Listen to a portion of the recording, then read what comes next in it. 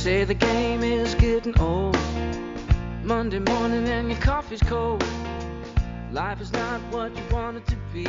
Hello, everyone, and welcome to A New Direction. My name is Jay Izzo, and bam! Wow! Zowie! Kapow! Yes, sir. Yes, ma'am. I'm telling you what, we have done it again. What a great show. What a great person. What a great human being. Rob Jolles joins us today, and wow! He's not just a friend. He's one of the best friends of this show. He has written this book right here. I know that some of you can't see it, but my gosh, this thing is How to Run Seminars and Workshops. Oh my gosh. Listen, folks, let me tell you something. We are in the midst of a pandemic. Yes, sir. Yes, ma'am. And let me tell you something about this. We're all on Zoom. Matter of fact, this is the first time we have ever done Zoom, right? I'm not even sure if it's working. Honestly, I don't know. I really don't know. But we're doing Zoom, all right? This is part of the new thing. And here's the thing about doing Zoom. We don't even really know. We don't even know what we're doing. Teachers are doing Zoom. And you know, people are out there, you own your own business and you got to have Zoom meetings because you can't get together in your office. And you're trying to do Zoom training and you can't do training because you can't, and you're wearing masks and you can't get together and you can't do, it's just a disaster, right? Guess what? Rob Jolles. Yes, sir. Yes, ma'am. You can see him over there. I know for those of you who are listening right now on Castbox FM, and for those of you who are listening on 93.5 The Oak. Oh, let me do that again. 93.5 The Oak. Yeah, because of those folks who are listening on the radio too, we just want to, the book is fantastic, How to Run Seminars Workshop. We're going to talk to Rob. He's going to help us out here doing our workshop thing, doing our seminar thing, doing our speaker thing, doing the whole thing online because, that's kind of where we're at right now. But before we get to him, let's do what we do every week, right? And you know what that is? You know what? We talk about your training, right, in the 4 areas of your life, right? Because here's the deal, right? Whenever we're going through tough things, whenever we are dealing with things that are just out of the ordinary, whenever we're being crushed, whenever we're being pressed under, whenever we are down in the dumps, guess what? At the end of the day, we're only as good as our training is. That's it. We're only as good as that. And so you need to be training all 4 areas of your life. You need to be training the physical, the mental, the emotional, and the spiritual. Jay, how in the world do I do that? Well, let's talk about that, right? So let's talk about your training. Training physically, scale of 1 to 10. 1's miserable, 10's outstanding. What's your training like physically? And what I mean is, are you getting exercise? How are you doing getting your exercise? How are you doing, eating right? How are you doing getting enough water? How are you doing getting enough sleep? How are you doing cutting back maybe the alcohol, maybe cutting back on the tobacco, those things, right? That's your training, right? On a scale of 1 to 10, how would you say that you're doing out there, right? 5 is average, right? Because, see, that's your training, right? The physical one is easy, right? Because you kind of go, well, I haven't been doing really good. I haven't been getting the exercise I need to be getting. I haven't been doing it because you haven't been able to get to the gym. Don't make excuses, right? Listen, you can go to Home Depot for $1.65 and get yourself a cinder block. Do workouts. That's what I do, man, right? You can always do that, right? There's always a way, right? So how's your training in your physical area? That's the first one. Second area, how's your training mentally? What do I mean training mentally? Meaning, how are you doing training your mind? What are you doing to be an active participant in the training of your mind? Like reading books. Yeah, I don't know. Read this one. This is a pretty good one. I think that's a pretty good book, right? He's got a bunch of them, by the way, and we've done several of them on the show. Rob's got a bunch of books, but reading books, being an active participant in your learning, doing something with your mind, improving your mind, pushing yourself, pressing yourself, learning things that you don't know. Take up a foreign language, take up an instrument, do something that's actively engaging your mind, right? Don't let the news tell you what to think, right? Be an active participant in your thinking, right? On a scale of 1 to 10, how would you guys say you're doing out there? 1 being miserable, 10 being outstanding, 5 average, and then you got to ask yourself, okay, why are you that way? And then what are you going to do to change it? And I don't mean changing from a 4 to a 10. I mean from a 5 to a 6 or 3 to a 4. All right, so you got 2 numbers. There's your 2. Then there's the third, the emotional piece, right? And you go, how do you train emotionally? Okay, well, look, has anybody ever cut you off of traffic? That's training. Because if you can be intentional about how you're emotionally responding, that's your training. How is it when things go wrong? How well are you able to control your emotions? That's emotional training. How well are you able to tap into and understand the emotions of other people? That's emotional training. How is your emotional grammar? That's emotional training. What are you going to do to change that? How can you be better? Whatever that number is. And then finally, the fourth area, the spiritual area. And let me tell you something about the spiritual area. A lot of people don't understand the spiritual area. Let me just ask you this one question. Do you have plans for the future, yes or no? Any plans? Do you have any plans for the future? Yes or no? Well, probably your answer is yes. So you believe they're going to be happening, right? But they haven't happened yet. That's called faith. That's called faith. See, we all believe that something's going to happen. That's a spiritual connection. Even though it hasn't happened, we believe that it's going to happen. Even if it's that this pandemic is someday going to end, we have faith that it will end. That's spiritual. Because we don't know, do we? For sure. The other piece of that is if you remove the physical, the mental, and the emotional, and you threw those all aside, whatever you have left, and you do have something left, that's spiritual. Whatever gives you back to center, whatever brings you back to a sense of peace, whatever brings you back to your core, maybe it's God, maybe it's meditation, maybe it's nature, whatever it may be, that's spiritual.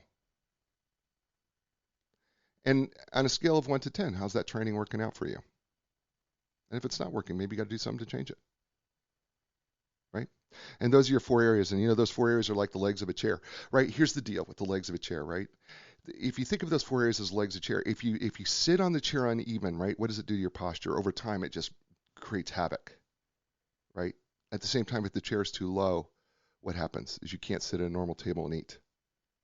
And so we want to bring up all 4 legs of the chair together. And we want to do that in such a way that what we're doing is we're well balanced, but we're also at the right height. And speaking of somebody who's well balanced, although he may argue with me on that on some occasions, his name is Rob Jolles. He is a sought-after speaker, best-selling author. Rob Jolles teaches, entertains, and inspires audiences worldwide, literally worldwide. He has more than 30 years of experience and teaches people how to change minds. He has programs on influence and persuasion, global demand, and he's such global demand. He reaches organizations in North America, Europe, Africa, Far East, and who all knows where. And you know what? He not only just shows clients the how to, but he shows them the why to. And he stirs individuals and companies to create real lasting change. He still does keynotes and workshops, right? You'd think he'd slow down. He's never going to slow down. And he works with Global 100 companies. His best-selling books include such titles as Customer-Centered Selling, which I don't know that we've done yet, How to Run Seminars Workshop, which we are doing, and so many more. And they've been translated in dozens of languages. And he lives in Great Falls, Virginia. Ladies and gentlemen, please welcome to the show and welcome back to A New Direction, my friend, Rob Jolles. Welcome back, Rob. I'm listening to you come out shot like a cannon, and I felt like I was at a professional wrestling match. What are you gonna do when these arms wrap themselves around you, brother? What are you gonna do? It's good to be here. Thank you, Jay. You know what, though? Here's the thing, and we talk about this you talk about this in the book.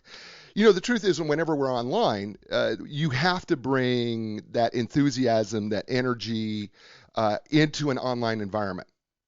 And you kind of allude to this in the book, that when we're in online fight, even though you're not a big fan of online fights. By the way, I'm not either, because I love the energy of the crowd. I mean, we are actors. We have a base of acting, and we just love that interaction energy.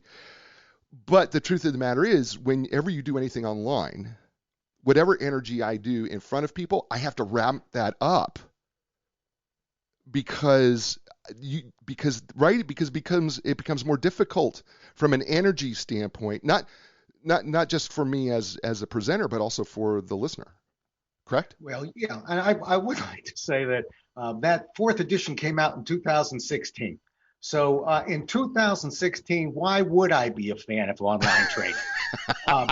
Particularly when you saw so many people starting to break into not even live online training, right, but a lot of 6 to 8 minute videos and saying, we're all trained up now. So, yeah, I was angry. Yeah, I had a grudge. And I know Jay has read my book. Who starts a chapter with, I don't even believe what I'm about to write.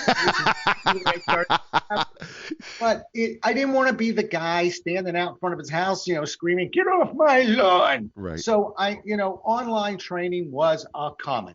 However, wow, we're in 2020. Right. My opinion has changed somewhat, and I'll go a step further. When you hear about, Rob Jolles, big shot in global demand here, there, everywhere, that's good. That's exciting. And yes, I have over 2.5 million miles in the air in my career. I'm not using a lot of them right now, but I will tell you this.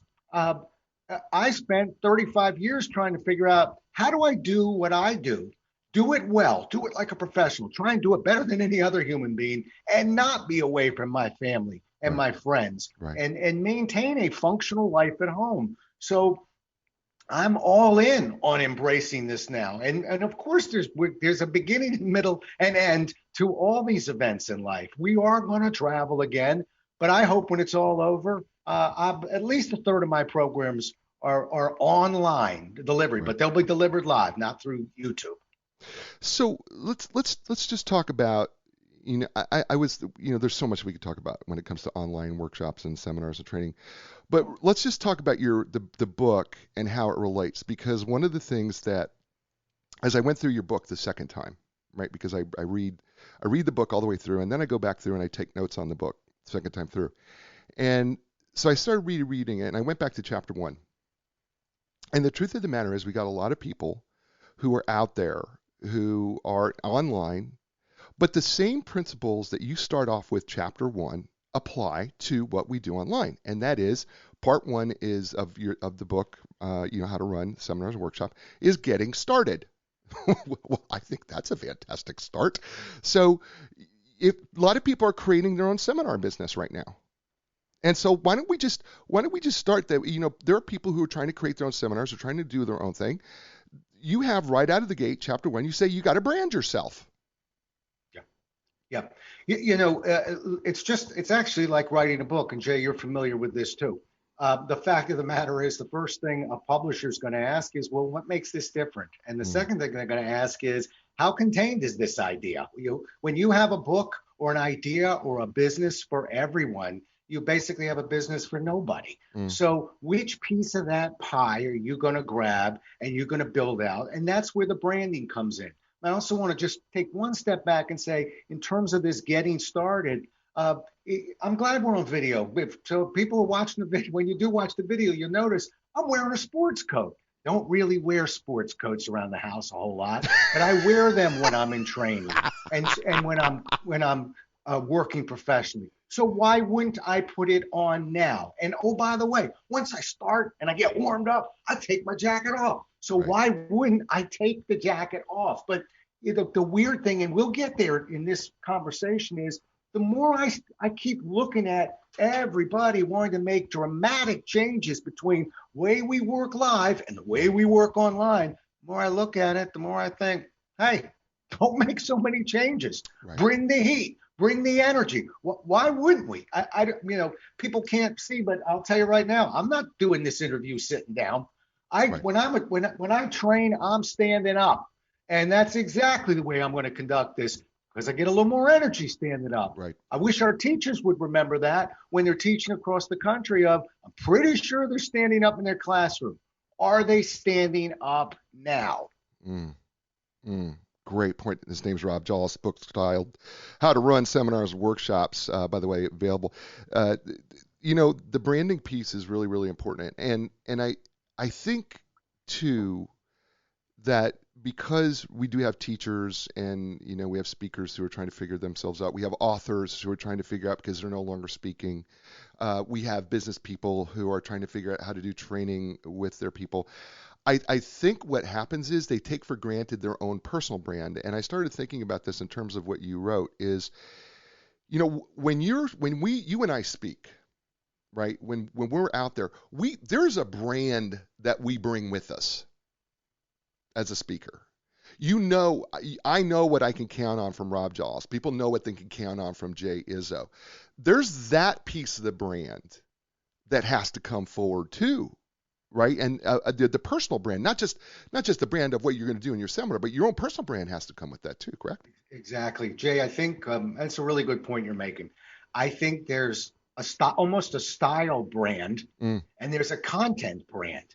So style meaning, you heard Jay open up this show, and quite frankly, I got a lot of energy, but I can't open it up like that. That's Jay's style. Right. And the moment I attempt to copy and that style, I become less authentic. I'm not myself. So part of that branding we're talking about is what is authentic to us. I'm sure we'll get at sustaining interest in this conversation, but I can tell you right now that humor is one of about 35 different ways to sustain interest. Right. So again, if that doesn't fit into your style brand, then leave it. I'll show you 34 other ways. You will find a couple for you. So there's the style approach, and then there's the content. And what we don't want to be teaching is the history of the world. Okay, so for instance, I'm typically on persuasion and influence. Right. I'm home there.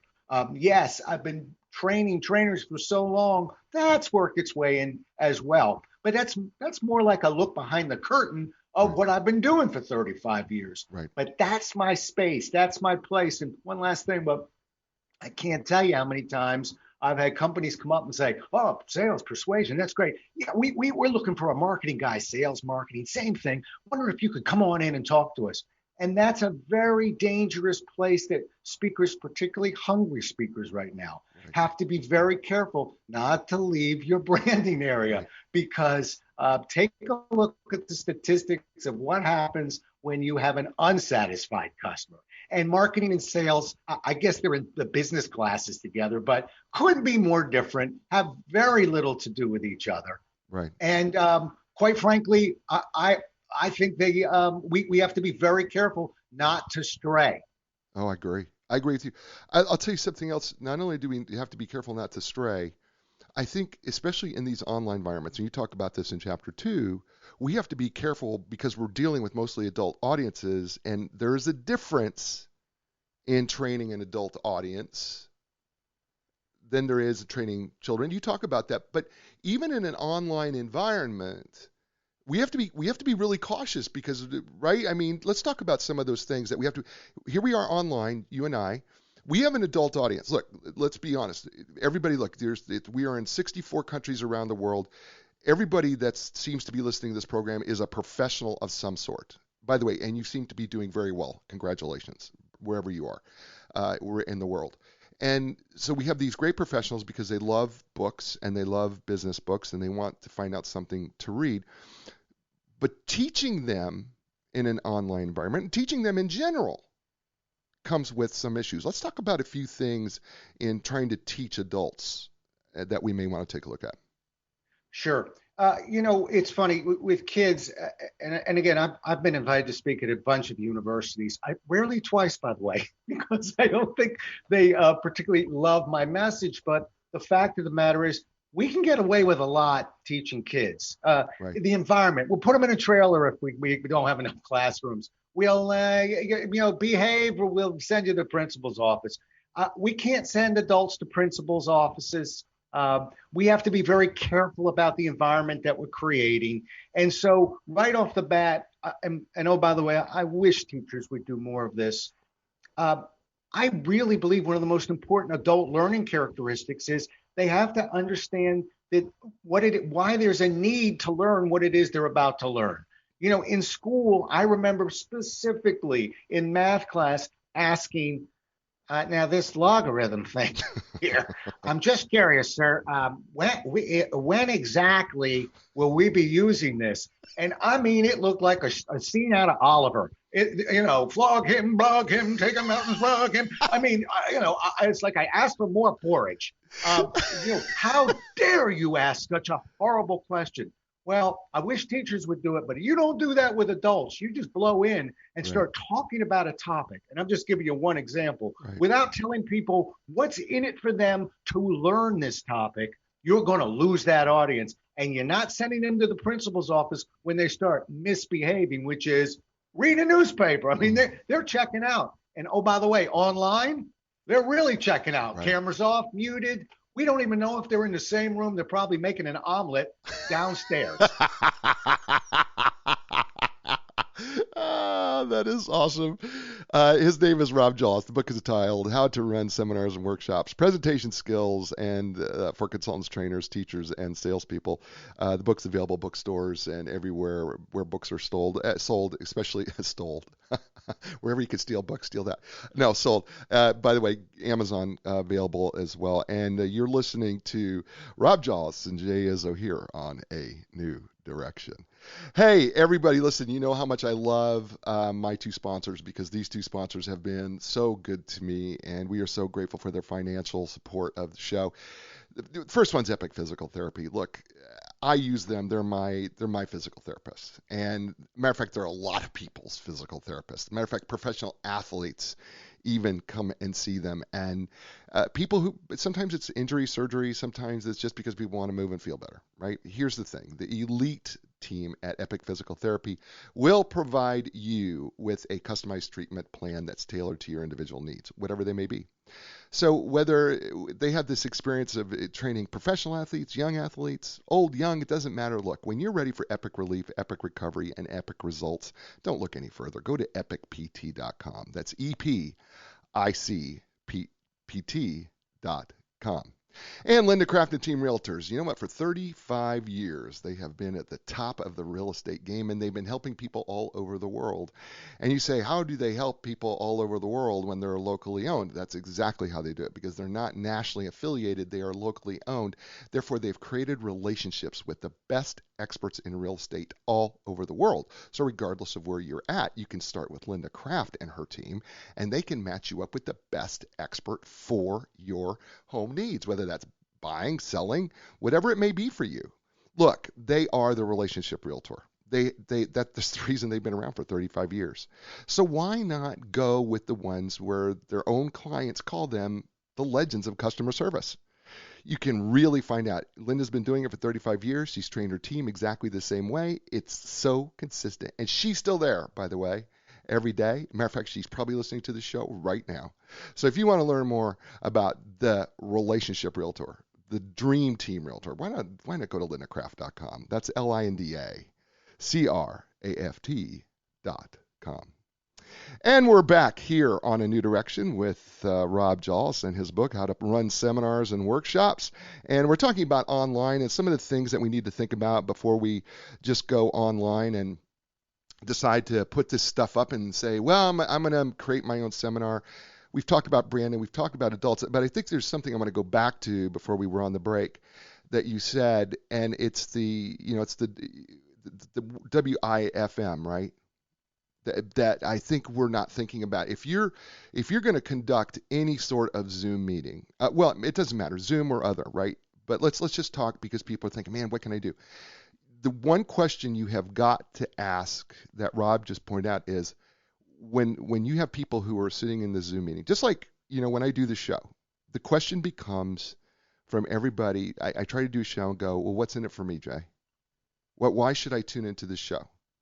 Well, I hope you want to tune into this show because Rob has written this great book, and that we're living in a world right now where we have moved from being face-to-face to having to be doing this on a Zoom type of format, or some sort of digital format, if you want to call it that, or video format, if you want to call it that. And so what's in it for me becomes very important to the entire audience. Let's talk about what's in it for me, because I think we take for granted that we think we know what's in it for them, but we really need to think through that process, don't we? Yeah, actually, there's 3 levels of it, believe it or not. It's a little more complicated than you think. And if I spend an hour working on a presentation, and in that hour, I might spend 20 minutes in that hour working on my opening, probably another 5 minutes working on my closing. That's where my attention goes.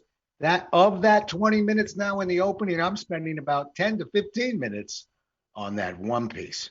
Because listen, if I whispered in everybody's ear who's anxious about speaking on Zoom, and I said, oh, guess what? I'm from the future. I just saw your audience. They all, every single one of them, can't wait to hear what you're going to talk about.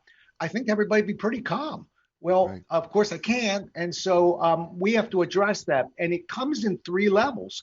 There's a personal with them. Let's use that word now. What's in it for me? Okay. With them. And that's a piece of the audience. Unfortunately, they don't come with signs on their heads. So I don't know which ones they are. There is a job with them, meaning I'm going to help you personally. This will help you on the job. And believe it or not, there's a corporate with them, because sometimes we've got more of the higher level senior people in there who really don't care that what you're about to show them is going to make their life easier. They want to know if it's going to increase the bottom line profit of the company. If I address all three in a creative manner, story, analogy, some quotes, but really think that out and nail that right out of the chute, then what we're going to talk about and how we're going to talk about and all those other nice things, they'll take care of themselves. But we've got to address that. And I don't know a better way to say it, but it's almost a greed from the audience. They should be greedy. I want every member of my audience to be greedy, because if you are, and I'm bringing the goods today, we're going to get along great. Think of the alternative, Jay. Think of an audience that really doesn't care whether they learn something or not. Actually, it's hot outside. I'm just glad to get a little air conditioning and some lemonade. That's a tough audience. So we want the audience to come in with a chip on their shoulder and demand to know what's in it for them. Let's not take 10 minutes to get there. Let's nail that thing right out of the chute. Then we can start getting into more of the presentation, how, why, etc. But that's that with them. Those are those levels. That's interesting that you say that, because, I think sometimes presenters think, well, I just want them to pay attention. But the truth of the matter is, if they are not hungry, right, you do not want an apathetic audience that gives you a deer in a headlight look. There's nothing worse. By the way, there's nothing worse than that. And I think the one thing that sometimes you get in Zoom calls, sometimes when we're doing some of these Zoom trainings or these online trainings, I think what happens is people are so distracted, right? And this comes down to another piece that you talk about in this book called motivating your people, right? And I'm, as a psychological professional, I get all the time question of, can you really motivate anybody? And the truth of the matter is, for us, we say, well, you know what, there's extrinsic motivation, intrinsic motivation, but the truth of the matter is, if you're not intrinsically wanting to be motivated, it's really pretty tough for me to extrinsically try to motivate you, because it's probably not going to work, or it's going to be temporary. But let's talk about motivating people as a speaker, because we really do have there are some techniques and some things that we can do to help motivate people along. Why don't we talk about some of those? Okay. But and I will, I just want to go back on something, because I don't want to run through that stop sign that just came up. You hit on something that's really important, and it's logical, but it's not instinctive. You mentioned the fact that some people can't be motivated. Okay. In the world of training, the world of delivery, sometimes those people who can't be motivated can be what we call snipers. In other words, they're not that happy to be there. They're not going to be motivated. And the instinctive move is to fawn all over them, to win them over, to really take care of that individual. Jay, I'm going to be the guy that changes Larry's life today. Yay for Rob. The problem is, and it's a beautiful thought. The problem is that guy Larry, who can't be motivated. Every single person in the room knows that this is the Larry show. Whenever there's a speaker or training, it becomes dominated by this killjoy. And the novice and amateur trainers and speakers want to somehow magically fix that person in front of the room. And you know what? The reality is, let them go. If you could spend 3/4 of your program trying to take care of this knucklehead, you're going to lose the other 98% of the room doing it. So I ask you, you want the 98% or do you want the 2%? Right. I want the 98%. I won't be rude. I won't be mean. But I'll tell you one thing, a young, untrained Rob Jolles, his instinct was, I'll be the guy that turns that life around. And guess what? I still got that in me. But you know when I'll turn that life around? During a break, after the program, on the phone sometime. But not now, not today. We got work to do. Okay. just wanted to get that out there because that's a really good point you sort of leaned on for a second. But you know what? That is really a great point, because it's also a great point for the online piece as well. Because here's the thing: is that you're going to have you do a big enough webinar, and I have spoken at big enough webinars where there's 100, maybe more people, faces all over, right? And I have no idea who it is, but there's always that person who's distracting, right? They're doing something in there, and they're trying to do something. The beautiful thing is you can mute them regardless of what they do, but they still want to be distracting whatever they want to do. I think that becomes the problem for sometimes for younger speakers, is they look at that one guy and go, how can I get that guy's attention? How do I get him back on to my side, right? And you're so right. As we've done this for so many years, what happens is we kind of go, okay, you know what? I do want to get that guy, but it's not going to happen during this time. And I think that's just really critical, that when people are online doing their presentations, that you just have to let people go, have that conversation. And by the way, the one thing about you doing this book, by the way, which is awesome, is you give this, I think it's a 6-step approach to dealing with that sniper or that problem person in the book, and how you go about doing it in a really, I would say, strong, but yet a non-confrontational but strong way of being able to convey your message and getting your message across. So I just want to point that out, because that is in the book. But let's go back. I know I've kind of rambled there a little bit, but it really was important to me thinking about that online as well. So let's go back to that last piece. Okay, so we're talking about motivating people, right? And again, I seem to be dancing all over it, but please understand, as a professional speaker, as any really good speaker, my dad for years, when he was alive, used to introduce me to his friends. He'd go, "This is my boy. He's a motivational speaker." and for the first couple of years, I go, "Dad, actually, I bring information to students in a creative manner." And he just wasn't buying it. Even the old guys hanging around the table, what? So after a while, I went, "Yes, I am. Yes. Hey, I'm Chris Farley. I'm that motivational speaker, and I live in a van down by the river. I'm that guy if you want me to be." Just so we all understand, motivating, entertaining, inspiring an audience, in fact, is the easy part of what we do. Right. Okay, where a pro gets their speaking mic and their wings is when we do that, which is obvious, and we have real, live, great content that changes an audience's world. And like I said, the entertaining, inspiring, motivating part. Yeah, I wouldn't be in business if I couldn't do that. But for the people who are struggling right now as speakers are the ones that could only motivate audiences. So I caution everyone, as we talk about motivating, to remember, this is a little byproduct, but what is at the heart of your message is that content. And you're going to learn that content, not only how to deliver it, but how to deliver it in a motivating and inspiring way.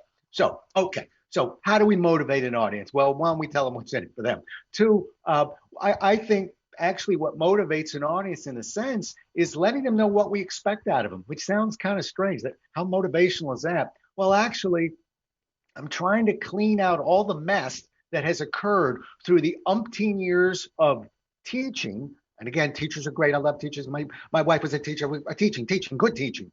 But unfortunately, for the most part, there wasn't a whole lot of motivation in there. So we're sort of guilty until proven innocent. So there are no pop quizzes. There's none of that kind of nonsense stuff. We're going to just inspire this audience through content, through letting them know exactly what we expect out of them. And then, obviously, you heard Jay, a very motivational audience. We can motivate audiences simply by the way we bounce our voice up and down, the way, and I'm not just telling, Jay has some bad habits too, but what his habit is not in the bad habits, I don't know what they are yet, Jay. I just don't want to fawn all over you. But you do really well, and I actually wrote a note telling myself on my podcast, I got to do this more. You pause well, and pausing is one of the most forgotten communication tactics, because when you pause, I don't go reading a book or walk away. I start leaning in. You're pulling me into that message. So, and if all I do is keep throwing fastballs at you, anybody can get a fastball. But what you do and what kind of gets an audience is when we change the pitches up. I'll throw some fastballs, but I'm going to throw some changeups too. I'm going to throw some curveballs. And those are defined as my pitch is going to move around. My pace is going to change. I am going to lay something out there and leave it. And I'm not going to be afraid of silence. When we do that, we start pulling that audience in. And, just to, flat out motivate an audience, you tell them what's in it for them. You let them know what you expect out of them, and you up those delivery skills, and you're going to start inspiring an audience, particularly if we got great content in there as well. We can't fall asleep on content. That's why we're there. His name's Rob Jolles. The book's entitled How to Run Seminars and Workshops. We're talking about applications, by the way, that apply really both ways, online or face-to-face. And by the way, someday we probably are going to get face-to-face, right? I mean, that's the truth. Someday we're going to get there. We're going to come to town before this pandemic. Yeah, right. I mean, yeah, we're going to get together, and we're going to have conferences, and we're going to speak again. But it may not be for a while. So in the interim, while we don't have that, we need to arm ourselves, right? You heard me talk about training. Here's what Rob's doing for you right now. He is training you how to give the best online presentation of yourself and your material. All right, that's what he's doing. Okay, and it's really fundamentally important. And what happens is, I think so often, Rob, you and I have been doing this for years. And so often what happens is people, when they have to change modalities, and when I'm talking about it's going from the stage to behind the computer, there's an adjustment to changing modalities. There just is. Change is change, and it's a very difficult adjustment.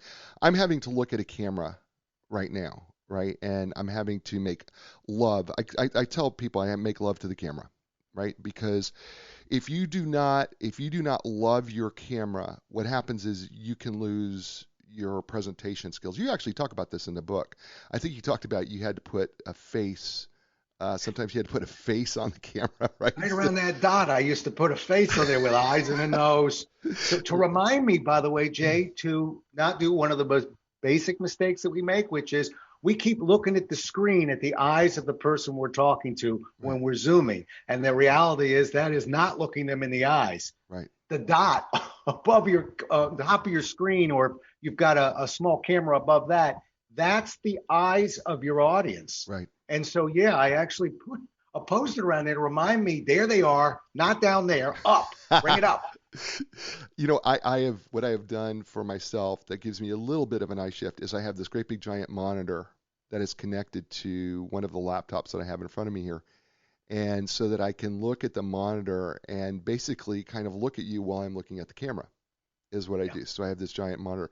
I think it's just important that you have these little tricks of the trade. And speaking of tricks of the trade, one of the things that you have created when it comes to developing a great seminar is in Chapter 7, and it's called The Secret of Success, Selling Your Presentation.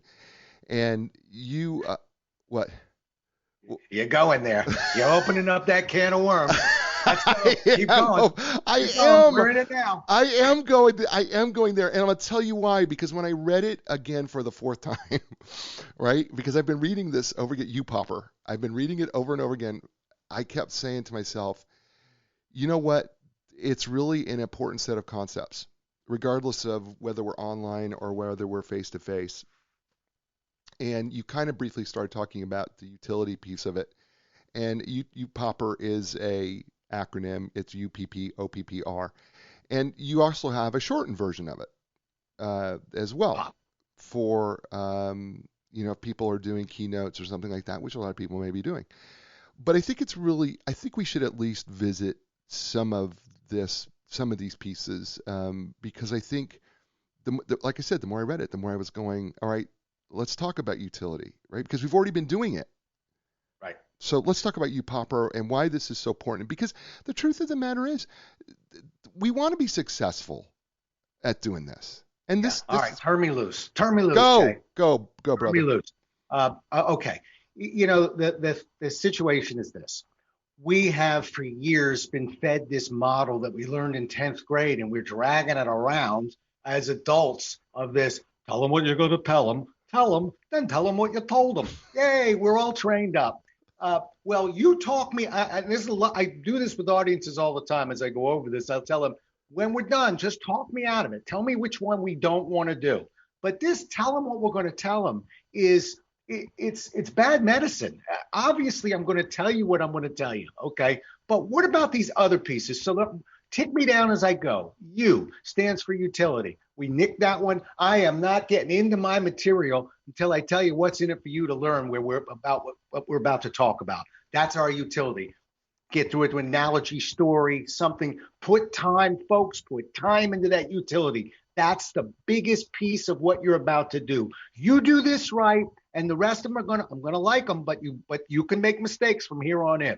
So utility, U. P stands for product. In one sentence, what's the big picture of what you're about to talk about? I just wrote a piece, Jake, and I'm not the only guy, but I massaged this quote, which says, basically, how do you know you're lost if you don't know where you're going? Okay. It'd be like, I'm going to put you on Waze. We're going to give you some street by street directions, but I'm not giving you the address. Okay. Trust me, you'll get there. Well, how do you know if you're lost if you don't know what the address is? So in one sentence, doesn't an audience deserve to know, here's what Jay and Rob are gonna talk about today? Now, before you can go, well, specifically, what I got you covered, because the next P is going to stand for process, meaning, all right, here's the three things we're going to talk about. We're going to talk about online. We're going to talk about delivery skills. Might even talk about Rob and his beautiful dog that he has. Whatever you want. Those are the three pieces. Although I do think we're a little careless on how we're going to do it. Meaning, remember I told you adults don't like pop quizzes? Well, sometimes in corporate environments, there is going to be a test or there's going to be a role play where we are going to measure how well you learn this. What do I want to do? Wait 3 days to tell you what's coming? Why wouldn't I tell you right out of the gate?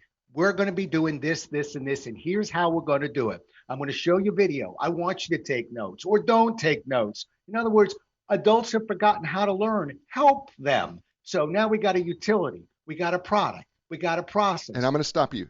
I'm going to stop you right there because we got to do this. You're listening to Rob Jolles right here on A New Direction and his book, How to Run Seminars and Workshops. We'll be right back after this.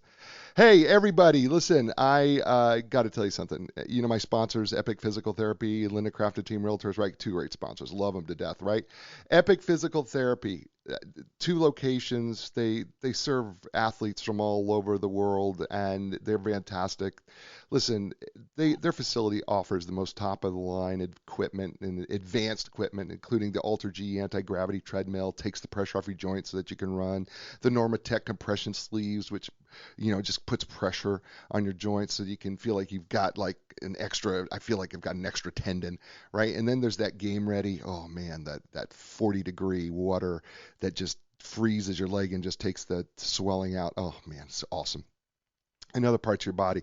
Look, that's just a few of the things that they have. And by the way, they are trained and certified in the most comprehensive, cutting-edge treatments available, including blood flow restriction therapy, sometimes known as BFR, dry needling, which I love. If you've ever had dry needling done, it's fantastic. And then cupping, right? You've seen the circles on the swimmer's back where they manipulate the muscle through the skin. Fantastic. Look, they are really the elite team. They have the elite equipment. And when you're ready for epic relief, epic recovery, and epic results, do not go anywhere else. Start with the folks at Epic Physical Therapy. You can learn more by going to epicpt.com. That's EPICPT.com. And Linda Craft and Team Realtors, you know what? Located in Raleigh and in part of the Research Triangle Park. You know what? For 35 years, they've been serving the world. They have been serving the world. And you know what? Even now, because they stay on the bleeding edge, that's right, we say the bleeding edge of technology when it comes to real estate, guess what? They can do things virtually. They have virtual experts. They are the virtual experts. And by the way, you know what really made their business so great over the years? It's because they made relationships, but beyond the relationship, you know what they understood is that they understood that the home was more than just something that you purchased. Because we all remember, right, the memories, right? You never remember how much your grandmother, grandfather paid for their house, but you do remember the memories that you had in them, right? And she understood that. And she understood that from day one, 35 years ago, that really a house is about the memories that are created. So when you're ready to go with the memory maker, why not talk to the folks at Linda Craft and team, right? And you can learn more by going to lindacraft.com. That's LINDACRAFT.com. And we're back here with Rob Jolles, and we are in the middle of U-Popper. We have just done the U, the P. We've done utility. We have done product. We have done process. And I cut him off right before we got to the O. Yeah, it was like a boxing match. I got in the chair. They cut one of my eyes. They opened me up. They closed another wound. I'm back off the chair. Bing, time. Look, bing, time to get back in the ring. The All right, bell. boom. And he's got the bell with him. Unbelievable. Yeah. I don't just have the bell. Here's what happens when I say something funny. All right, let's keep going. So anyway, all right, so we got the objective. What we expect, what the audience can expect, all right, what we want from them when it's over. But the next two P's, which you don't have to put in every keynote, but if you're doing training, where's your information coming from? Okay, process justification. Why that information? Why you?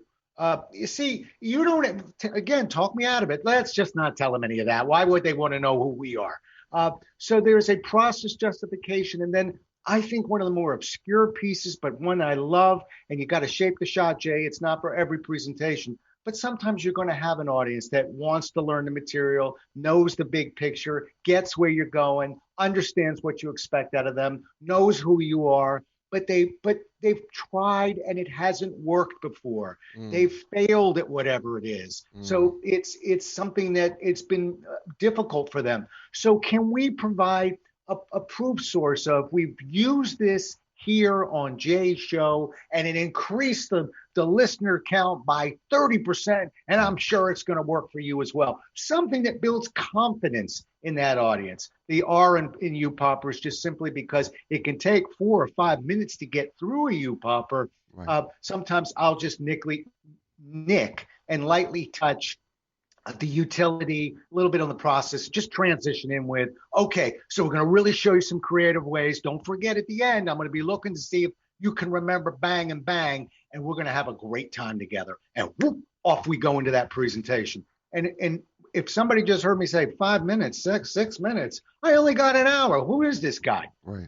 Remember, you can pay me now or pay me later in a presentation. You don't do these things and just go rolling into the presentation. Good news is you're into the body faster than I am. The bad news is you have an audience that's unsettled. Few of them don't know where we're going. Few of them don't know why they're there. Few of them don't think this is for them. Few of them don't understand who you are because they're the opinion leader in Raleigh. And now we got another guy that just came in here. So there's a mess in that audience and you don't know where it is. You know, we won't talk about it in this call, but again, one of the most difficult things for a speaker or a trainer is being sniped, is having somebody come at them. And my belief is this: people don't wake up and go in the morning, go, we're going to have a bowl of cereal, and then I'm going to attack the speaker today. People wake up and they don't know what the manager may have said. You're going to training, or what they've got pushed into it. We blow in and go, how you doing? All right. So number one is bang. And you can understand there's a disconnect. Let's take care of that audience. We do that, it'll be the most valuable 5 or 6 minutes you ever use. And then roll away your content. They're ready for you now. Yeah, by the way, let me just say this about what he's talking about here, U-Popper. So those worksheets are actually in this book.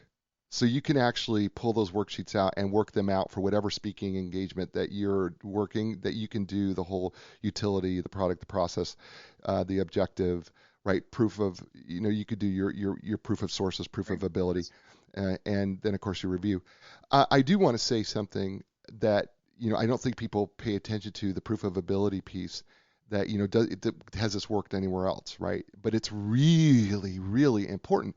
Matter of fact, so many sales folks that are selling products, that is their main core, is proof of ability, right? I mean, think of the old vacuum cleaner salesman, right? Yeah, but will it work on really tough stains? I mean, think about the Tides or whatever, the dishwashing or the, laundry right? They want proof of ability. Is it going to work? And we can really miss this in our seminars or our workshops. And what we're doing is that people want some proof that, I've done this before.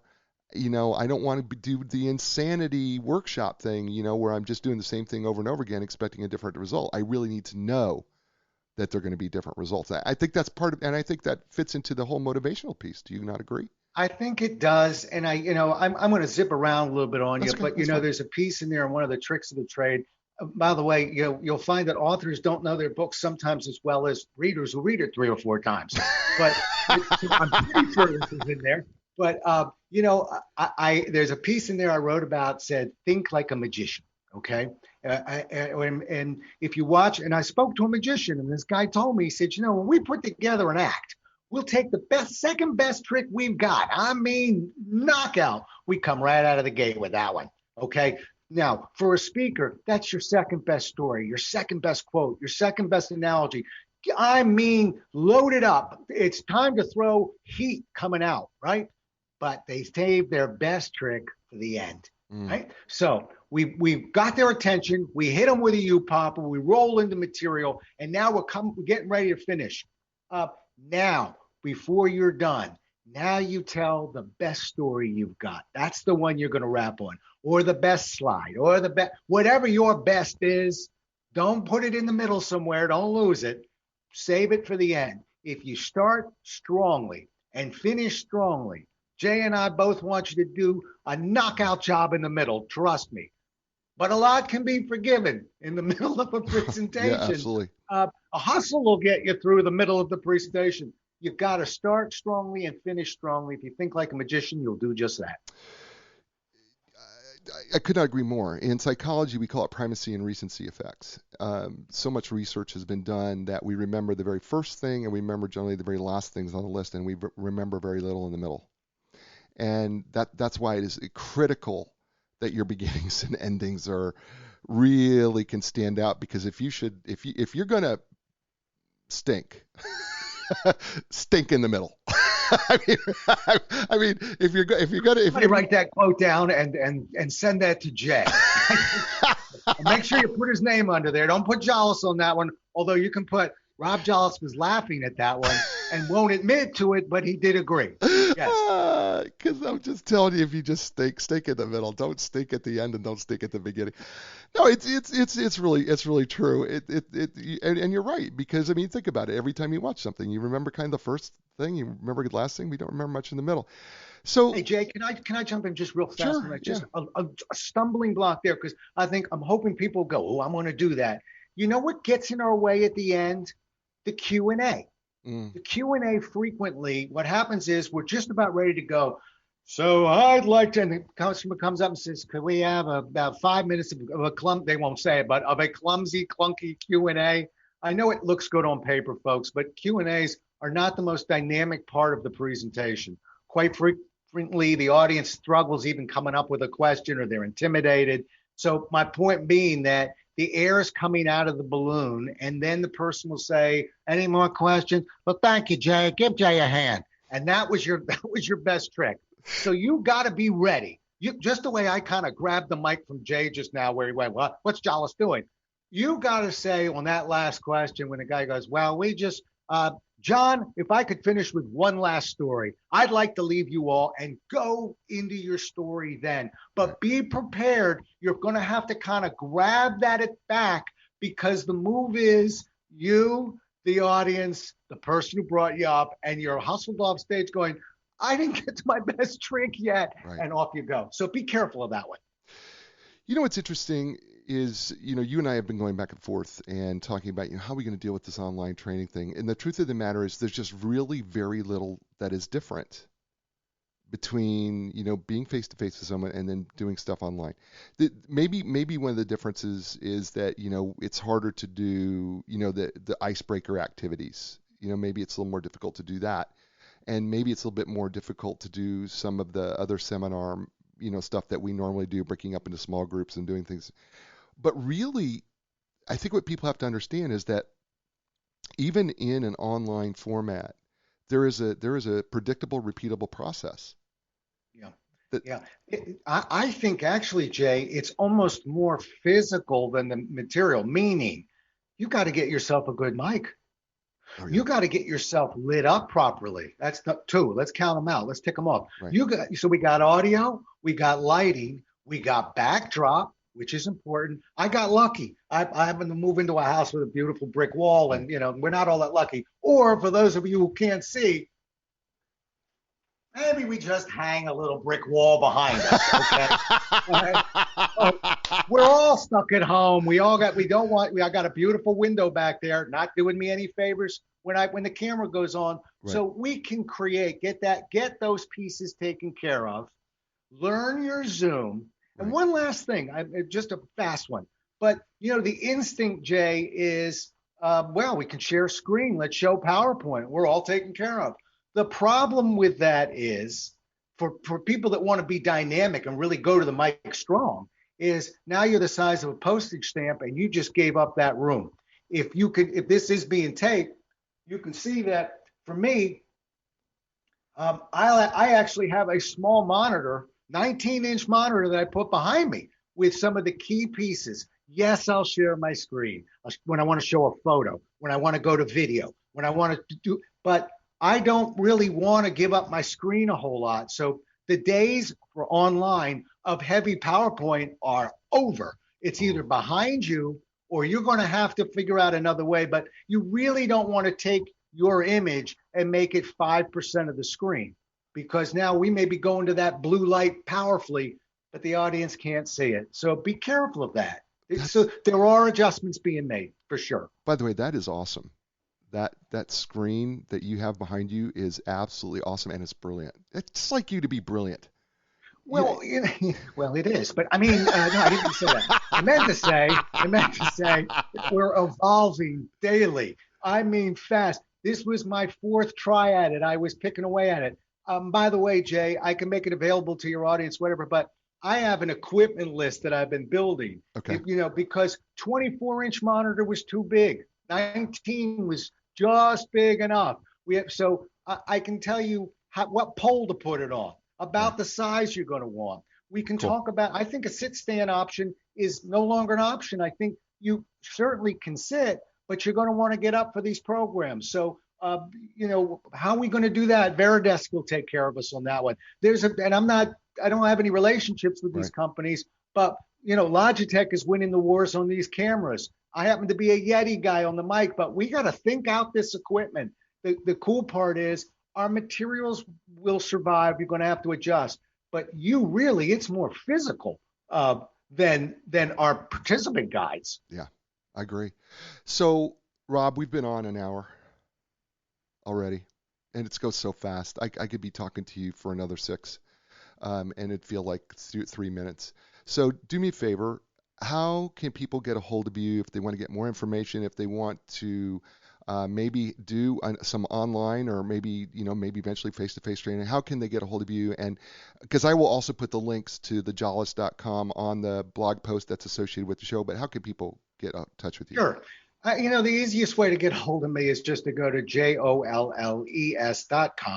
I actually, because Jay's having too much fun with this, I actually started my own little tiny podcast called Pocket Size Pep Talks. So I'm on Apple with a very tiny little audience and fumbling my way and figuring this thing out, but love to have you on there as well. But and then Rob at jolles.com, and I can send you this equipment list if you want, or answer any questions you have, but that'd be terrific. His name is Rob Jolles. The book entitled How to Run Seminars and Workshops, available all over. He's been here. Hasn't he been great? I told you he was going to be fun, and he's going to be funny. He's going to be informational, and he's going to just give you so much benefit. And by the way, the book is going to give you a lot of benefit. And what we learned today is what? You know what? There's really not much difference between doing online and face-to-face. You know what? Be inspired, because as I say to you all the time, when you're inspired, that means you can inspire others. And when they're inspired, that in turn means that they can inspire other people. And this can make this world just a great place. I'm going to be back next week with another great book, another great guest, and it's going to be another great show. And as I say to you every week, ciao, everybody. To go a different way, yeah. The time has come for a new direction. Yeah, yeah.